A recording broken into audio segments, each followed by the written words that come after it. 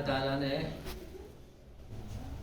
کلام پاک میں ہماری تعریف اس طرح سے کی ہے اس امت کی، امت محمدیہ کی، کہ تم وہ بہترین امت ہو کہ جو لوگوں کو اچھے کام کی طرف بلاتے ہو، ان کو بھلائی کی طرف بلاتے ہو اور ان کو برائی سے روکتے ہو اور اللہ پر یقین رکھتے ہو۔ تو یہ تعریف کرنے کا مطلب یہ ہے کہ یہ ہمارے اوپر فرض کر دیا گیا ہے کہ تم لوگوں کو بھلائی کی طرف بلانا ہے اور برائی سے روکنا ہے۔ یہ فرض ہے، فرض عین جسے کہتے ہیں، ہر کسی پہ، پوری امت میں۔ کوئی یہ نہ سمجھے کہ یہ کام تو ان لوگوں کا جو تبلیغ میں لگے ہیں اور بس وہ اپنا وہ کر رہے ہیں۔ ہر شخص پہ یہ فرض کر دیا گیا کہ لوگوں کو بھلائی کی طرف بلانا ہے اور برائی سے روکنا ہے۔ اس سے پہلے جو امتیں گزری،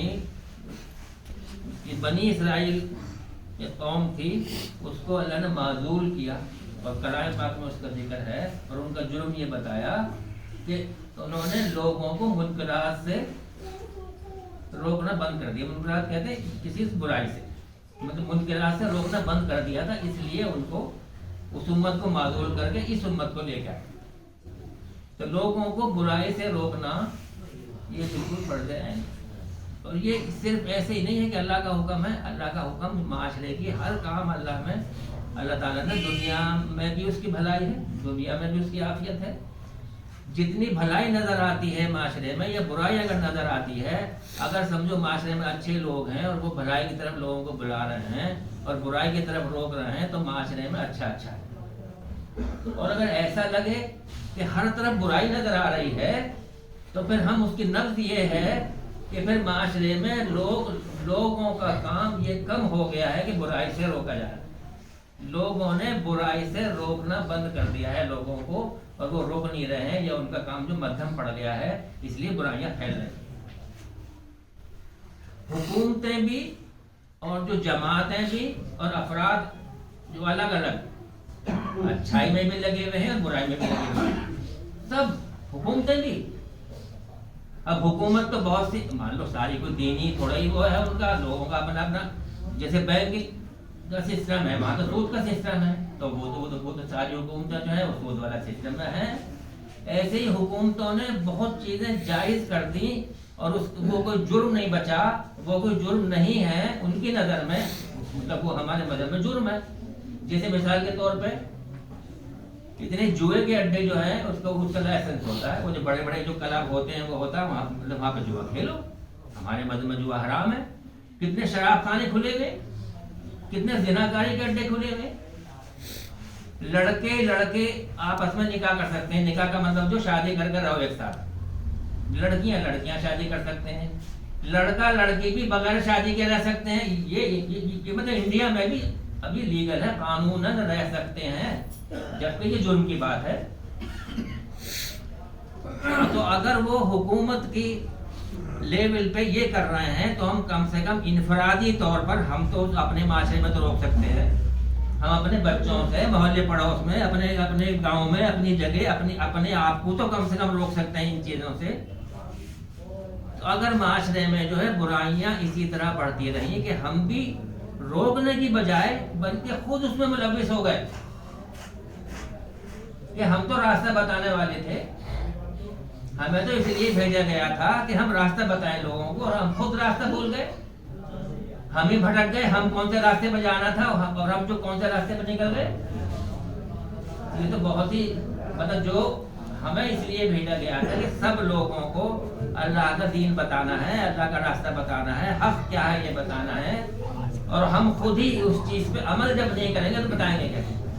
انسان کوئی چیز اس وقت بتاتا ہے جب دل میں آگ لگی ہوئی ہوتی ہے اس کے، جب دل میں اس کے تڑپ ہوتی ہے تب وہ بات کرتا ہے، ورنہ برائی نہیں لگتی۔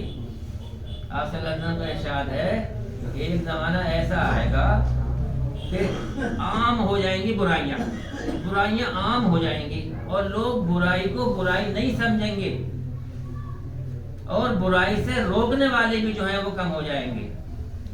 تو ایسے فتنے کے دور میں ان لوگوں کے لیے خوشخبری ہے کہ جو لوگ حق کا کلمہ بلند کریں گے، ان کے لیے خوشخبری۔ اور ایک اور حدیث ہے اسی سلسلے کی، آپ سے نے ارشاد فرمایا کہ ایک زمانہ آئے گا کہ سنت پہ انسان کے لیے چلنا بہت مشکل ہو جائے گا، یا یہ کہ بہت کم لوگ چلیں گے اور سنتیں مر رہی ہوں گی، تو اگر کوئی ایک سنت بھی زندہ کرے گا اس میں سے تو 100 شہیدوں کا ثواب ہوگا۔ اب سنت کون دے رہا ہے؟ فرض بھی غائب ہو رہے ہیں، بس کہاں سنتوں کا ذکر ہو رہا ہے؟ سنت کا تو کوئی ذکر ہی نہیں ہے، فرض غائب ہو رہے ہیں، جو فرض ہمارے اوپر چیزیں ہیں۔ تو ایسے دور میں اگر ہم نے تھوڑی سی بھی محنت کر لی تو اللہ کے یہاں بہت مقبول ہوگا۔ ہمارا ذرا سا کام اگر 1 سے 2 اور 2 سے 3 اور اس طرح بڑھتا چلا گیا اور پھر یہ زیادہ ہو گیا تو یہ ہمارے لیے یہ سب آخرت کے سودے ہیں۔ یہاں دنیا میں تو جس طرح چاہے آدمی زندگی گزار لے گا، دنیا میں تو جس طرح سے بھی دور رہے گا اور پھر چلا جائے گا، چاہے غربت میں یا مالداری میں یا اپنے عیش و عشرت میں، یا تو اللہ کے حکم کو توڑنے میں یا اللہ کے حکم اس کو ماننے میں، جیسے چاہو آزاد آدمی کو چھوڑا ہے۔ اسی لیے وہاں پہ اس کے لیے بڑا انعام رکھا ہے ان لوگوں کے لیے کہ جو اللہ کی مانیں گے۔ اور یہاں کی زندگی تو پھر بھی جیسے تیسے گزر ہی جانی ہے، جیسے کوئی خواب ہوتا ہے۔ اگر ہم رات کو خواب دیکھیں اور بہت ہی اچھا خواب دیکھیں، میں بادشاہ ہوں اور میں یوں ہوں اور سب میرے یوں کر رہے ہیں اور میں عیش و عشرت میں ہوں، لیکن صبح کو جب آنکھ کھلتی ہے تو نہ بادشاہ ہوتا ہے، نہ تاج ہوتا ہے، نہ کچھ ہوتا ہے، وہ اپنی چارپائی ہوتی ہے۔ ایسے ہی کوئی اگر خوف کا خواب دیکھیں اور بڑی پریشانی کا خواب دیکھیں کہ میں بڑی پریشانی میں ہوں، یوں ہو رہا ہے، بہت ہی تنگی اور یہ ہو رہی، خوف ہو رہا ہے، تو پھر خواب میں پھر جب آنکھ کھلتی ہے تو وہ خوف نہیں ہوتا بلکہ آدمی اپنی جگہ ہے۔ یہ زندگی ساری ایسے ہی نظر آئے گی جب ہم وہاں پہنچیں گے کہ یہ تو خواب تھا۔ اگر یہاں عیش تھا تو عیش بھی خواب تھا، اور پریشانی تھی تو پریشانی بھی خواب تھا، لیکن اس پریشانی کا یا اس عیش کا یہاں مجھے بھگتنا پڑ رہا ہے جو میں کر کے آ گیا۔ تو یہ جو اللہ نے فرض کر دیا کہ خود بھی ٹھیک ٹھیک چلنا ہے اور دوسروں کو بھی بتانا ہے، یہ فرض عین ہے۔ ابھی ہمیں تو بہت سے فرضوں کا ہی نہیں پتا، صرف یہی پتا ہے کہ جو نماز فرض ہے، روزہ فرض ہے، حج فرض ہے، زکوٰۃ فرض ہے، اور اس میں سے بھی بہت سی چیزیں ہم پہ فرض ہی نہیں ہوتی، چونکہ زکوٰۃ تو ان پہ فرض ہے جن پہ بہت مال ہو، اور حج تو اس پہ فرض ہے جس پہ بھی وہ مال ہو۔ تو لے دے کے بچے 2-3 چیزیں، اور بیمار پڑ گئے تو روزہ بھی کبھی مت رکھو، اس کا فدیہ دے دو۔ تو یہ بہت چیزیں فرض ہیں جن کو ہم یہ بھولے ہوئے کہ یہ بھی فرض ہے۔ لوگوں کو بھلائی کی طرف بلانا اور برائی سے روکنا فرض ہے۔ جہاں بھی دیکھو کسی بچے کو گالی دیتا ہے، وہ دیکھو ایک دفعہ یوں کہنے میں کیا جا رہا ہے، بھیا گالی مت دو، کیا پریشانی ہو رہی ہے، چونکہ دل میں بری ہی نہیں لگتی۔ ابھی جو آپ نے بات بتائی کہ برائی نہیں لگے گی، کسی کا آپس میں لڑنا اور روٹ جانا اور سر پھوڑ دینا یہ برائی نہیں لگتی۔ اگر برائی لگتی تو آدمی وہاں جاتا اور اپنے رشتے دار ہیں دونوں، اور دونوں کو سمجھاتا اور بات ان کی بجھاتا، بلکہ یہ ہوتا ہے آدھے رشتے دار ادھر اور آدھے رشتے دار ادھر، اور پھر کہتے ہیں اب لڑو۔ تو برائی نہیں لگ رہی، ہمیں بہت سی برائی نہیں لگ رہی۔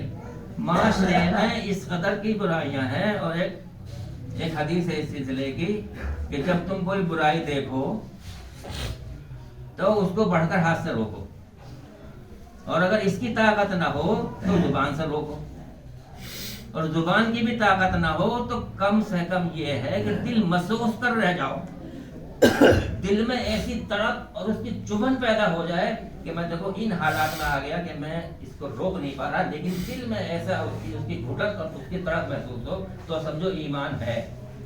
اور اگر یہ نہیں ہے تو ایمان کی خیر ہے کہ خیر مناؤ، پھر اللہ ہی مالک ہے کہ ایمان ہے یا نہیں ہے۔